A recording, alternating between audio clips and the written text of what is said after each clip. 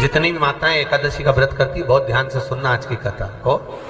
शायद जिंदगी में मिली ना मिली, पर ये कथा का रिश्ता तो बहुत ध्यान से सुनना। ध्यान से स्कंद पुराण यहाँ तक कहती है कि इस कथा के चरित्र को जो श्रवण कर लेता है उसको 26 एकादशी करना भी नहीं पड़ती। इस एकादशी की केवल ये कथा सुनकर ही वो तर जाता है। बहुत ध्यान से सुनना इसको, कथा तो बड़े भाव से सुन लो इसको, बड़े प्रेम से। सबसे पहला नियम एकादशी व्रत का, सबसे पहला नियम है कि आप जिस दिन व्रत करो उसके एक दिन पहले भक्ति का संचार इस हृदय में करो। भक्ति का संचार इस हृदय में कर लीजिए। जिस दिन आप व्रत करो, जैसे एकादशी का व्रत कर रहे हो तो दशमी के दिन शाम का समय जब आवे, रात्रि जब होने लगे, शाम का समय आवे और रात्रि का आप जब भोजन ग्रहण करो तो उस भोजन में कोई ऐसा पदार्थ ग्रहण मत करिए जिस पदार्थ के कारण आपकी एकादशी बिगड़ जाए।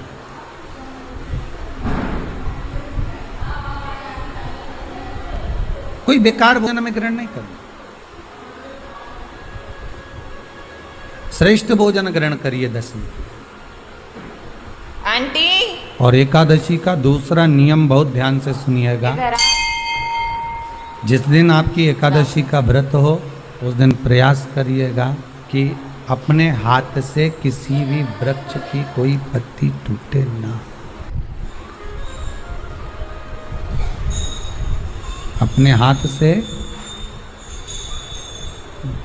किसी भी वृक्ष की, पौधे की, किसी भी वृक्ष की पत्ती अपने हाथ से ना टूटे। बहुत ध्यान दीजिएगा महाराज। एकादशी का ये दूसरा नियम है कि अपने हाथ से किसी पौधे की, किसी वृक्ष की, किसी डाली की कोई पत्ती ना टूटे, इसका प्रयास करिए।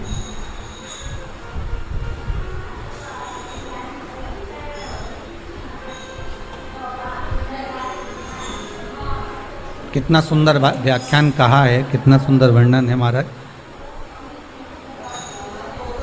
कि मात्र एकादशी का व्रत कर लेने पर, मात्र एकादशी का व्रत कर लेने पर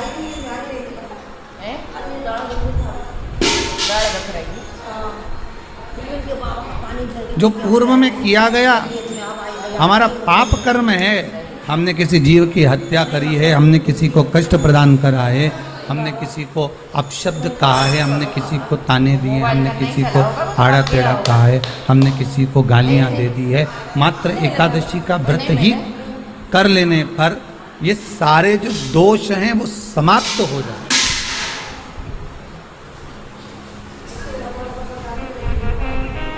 सारे दोष हमारे समाप्ति पर आ जाए। पुलिस वाले दौड़े थे।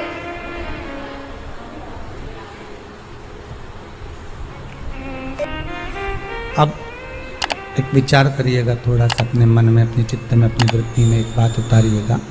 एक अपने मन में एक बात को उतार कर रखिएगा कि आप अपने पाप को, अपने पाप कर्म को जिस दिन क्षीण करने वाले हो, समाप्त करने वाले हो, अपने पाप को आप जिस दिन समाप्ति पर लेकर जा रहे हो तो उसके एक दिन पहले आपको प्रसन्नता होना चाहिए कि नहीं होना चाहिए कि कल मेरा पाप कटने वाला है, कल मेरा पाप समाप्त होने वाला है, जो मैंने पाप कर्म करा है वो समाप्त होगा, जो मैंने पाप कर्म करा है वो कल समाप्त हो जाएगा। तो एक दिन पहले आपके चेहरे पर प्रसन्नता हो कि ना हो?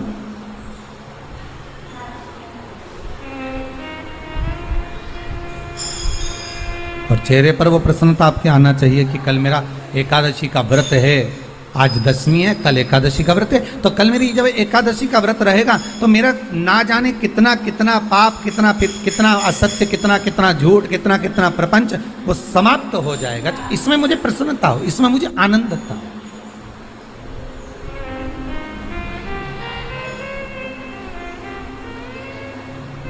तो क्या कहा गया कि प्रयास करिएगा कि एकादशी के दिन कोई वृक्ष की, कोई डाली की, कोई कोपल की कोई पत्ती ना तोड़ी जाए। क्यों? तो कहा अगर उस पत्ती को हम तोड़ देते हैं, वृक्ष की पत्ती को या क्यारे में लगी हुई कोई डाली की पत्ती को हम तोड़ देते हैं तो एकादशी का पुण्य फल प्राप्त नहीं होता। एकादशी का कोई फल हमारे खाते में नहीं जाता, पुण्य फल प्राप्त। अब फिर भले तुम चाहे तुमने मोरधन खाया हो, चाहे तुमने फिर चिप्स खाई हो, चाहे तुमने फिर व्रत का कितना ही सामान खा गए हो और तुमने सोचा कि आज मेरी एकादशी है, तो फिर उसका कोई फल प्राप्त नहीं, उसका कोई सुख प्राप्त नहीं है। ध्यान से एकादशी में स्कंद पुराण यहाँ तक कहती है कि इस कथा के चरित्र को जो श्रवण कर लेता है उसको 26 एकादशी करना भी नहीं पड़ती। इस एकादशी की केवल ये कथा सुनकर ही वो तर जाता है। बहुत ध्यान से सुनना इसको, कथा तो बड़े भाव से सुन लो इसको, बड़े प्रेम से। इसलिए सारी एकादशियों में निर्जला एकादशी की महत्वता शास्त्र प्रमाण करता है। मात्र निर्जला एकादशी का उद्यापन जो करा जाता है, उसका उद्यापन और प्रदोष का जो उद्यापन करा जाता है, इन दोनों का क्रम लगभग एक जैसा ही। तो निर्जला पहुंचे है और निर्जला ने जाकर भगवान नारायण से निवेदन करा। भगवान विष्णु ने पूछा क्या बात है निर्जला, आज तुम खेलती हुई यहां पर आकर खड़ी हो गई, क्या हुआ क्या है? क्या तुमको गौलोक धाम में आनंद की अनुभूति नहीं हो रही जो तुम वैकुंठ में आई? निर्जला भगवान के सम्मुख, भगवान से पूछ रहे हैं, बार बार पूछ रहे, निर्जला हुआ क्या तुमको?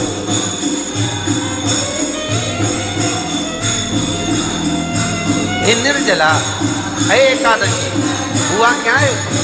क्या कारण है तुम्हारे यहाँ आने का, वैकुंठ पहुंचने? बहुत ध्यान देना महाराज, शास्त्र कहता है सोमवार, मंगलवार, बुधवार, गुरुवार, शुक्रवार, शनिवार, ये देवता वो देवता सबके व्रत कर लो, सारे व्रत कर लो, पर ये व्रत आपको परमात्मा के धाम तक लेकर नहीं जा सकते, क्योंकि इनका जो पुण्य है वो मृत्यु लोक में आप थोड़ा सा ही गलत करते हैं तो पुण्य समाप्त हो जाता है। पर हिंदू धर्म के 3 व्रत ऐसे बता दिए जिन व्रतों का पुण्य समाप्त नहीं हुआ।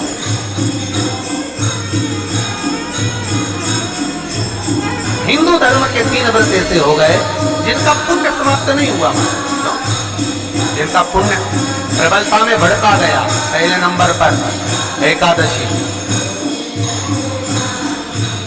दूसरे नंबर पर प्रदोष और तीसरे नंबर पर शिवरात्रि।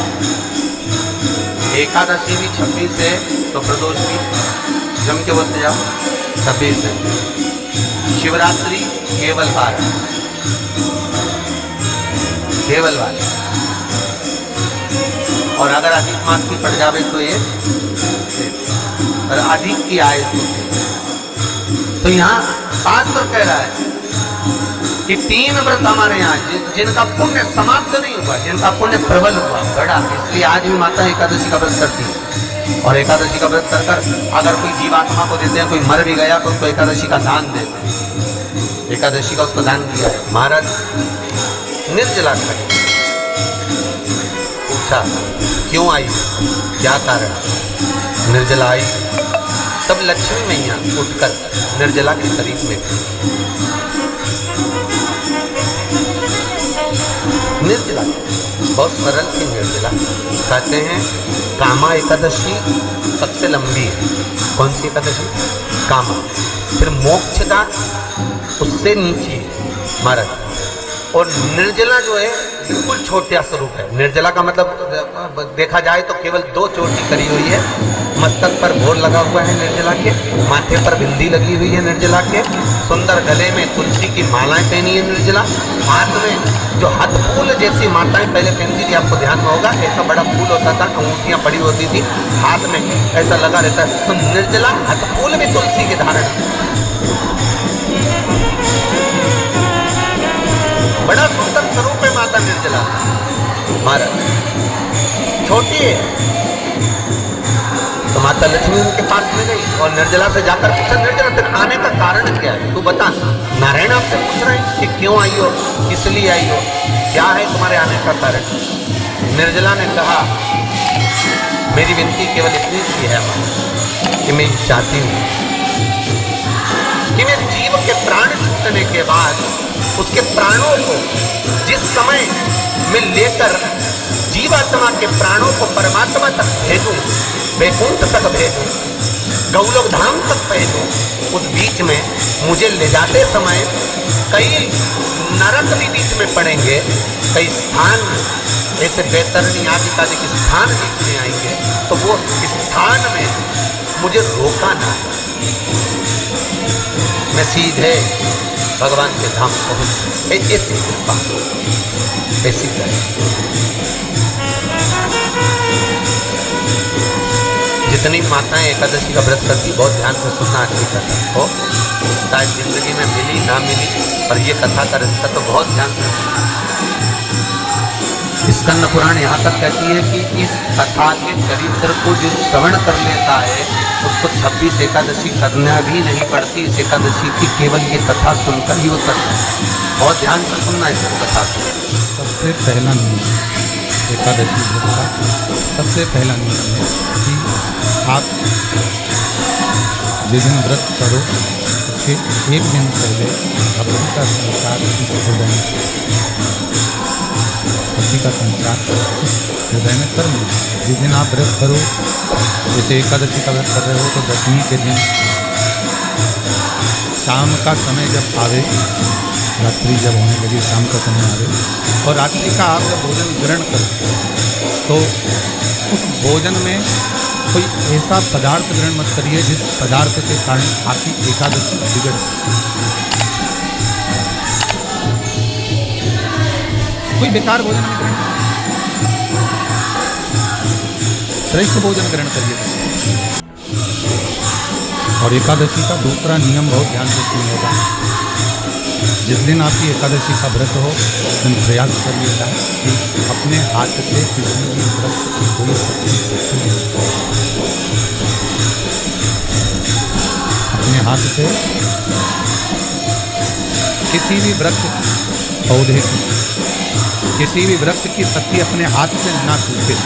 बहुत ध्यान दीजिए। एकादशी का ये दूसरा नियम है कि अपने हाथ से किसी पौधे की, किसी वृक्ष की, किसी डाली की कोई पत्ती ना पत्ते।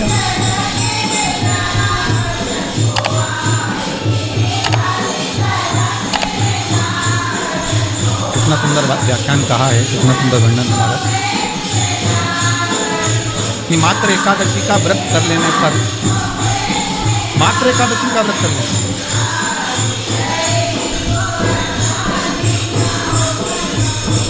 जो पूर्व में किया गया हमारा पाप कर्म है, हमने किसी जीव की हत्या करी है, हमने किसी को कष्ट प्रदान करा है, हमने किसी को अपशब्द कहा है, हमने किसी को कानी, किसी को आड़ा टेढ़ा कहा है, हमने किसी को गालियाँ दी है, मात्र एकादशी का व्रत ही कर लेने पर ये सारे दोष हैं समाप्त हो।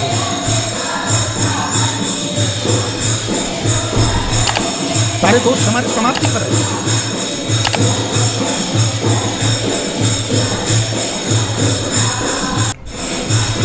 अब विचार करिएगा तो अपने मन में एक अपने मन में एक बात को उतार कर रखिएगा कि आप अपने पाप को, अपने पाप कर्म को जिस दिन क्षीण करने वाले हो, समाप्त करने वाले हो, अपने पाप को आप जिस दिन समाप्ति पर लेकर जा रहे हो तो उसके एक दिन पहले आपको प्रसन्नता होना चाहिए कि नहीं होना चाहिए कि कल मेरा पाप कटने वाला, कल मेरा पाप समाप्त होने वाला। जो मैंने पाप कर्म करा है वो समाप्त होगा, जो मैंने पाप कर्म करा है वो कल समाप्त हो जाएगा। तो एक दिन पहले आपके चेहरे पर प्रसन्नता हो कि ना हो?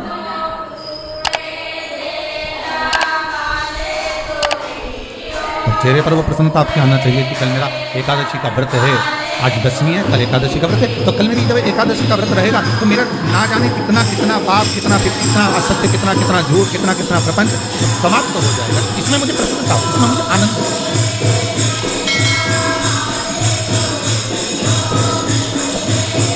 तो क्या कहा गया कि प्रयास करिएगा कि एकादशी के दिन कोई वृक्ष की, कोई डाली की, कोई पीपल की कोई पत्ती ना तोड़ी जाए। क्यों?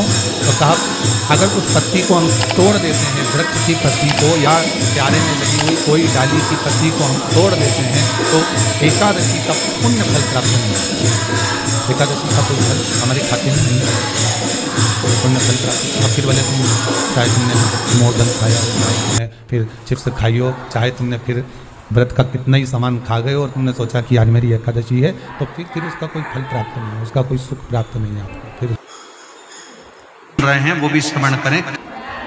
एकादशी के दिन बन सके एक बेलपत्र, उस बेलपत्र के मध्य भाग में बीच वाली पत्ती पर लाल चंदन और दोनों पत्तियों पर पीला चंदन, नीचे वाली दोनों पत्तियों पर पीला चंदन, बीच वाली पत्ती पर लाल चंदन और दोनों पत्तियों पर पीला चंदन। और इसी बेलपत्र के साथ जो लाल चंदन वाला जो पत्ती है उस पर एक श्वेत पुष्प, सफेद फूल रखकर आप अपनी कामना कर जब आपको जल चढ़ाते चढ़ाते 3 महीना, 4 महीना, 5 महीना, 6 महीना आपके हो जाए और बाबा देवादिदेव महादेव को जल चढ़ाते चढ़ाते समय बीत जाए, तब बाबा से अपने दिल की बात कहने के लिए लाल चंदन, सफेद पुष्प, पीला चंदन दोनों पत्तियों पर अपने हाथ में लेकर कामना कर अशोक सुंदरी वाली जगह पर जब हम उसको समर्पित कर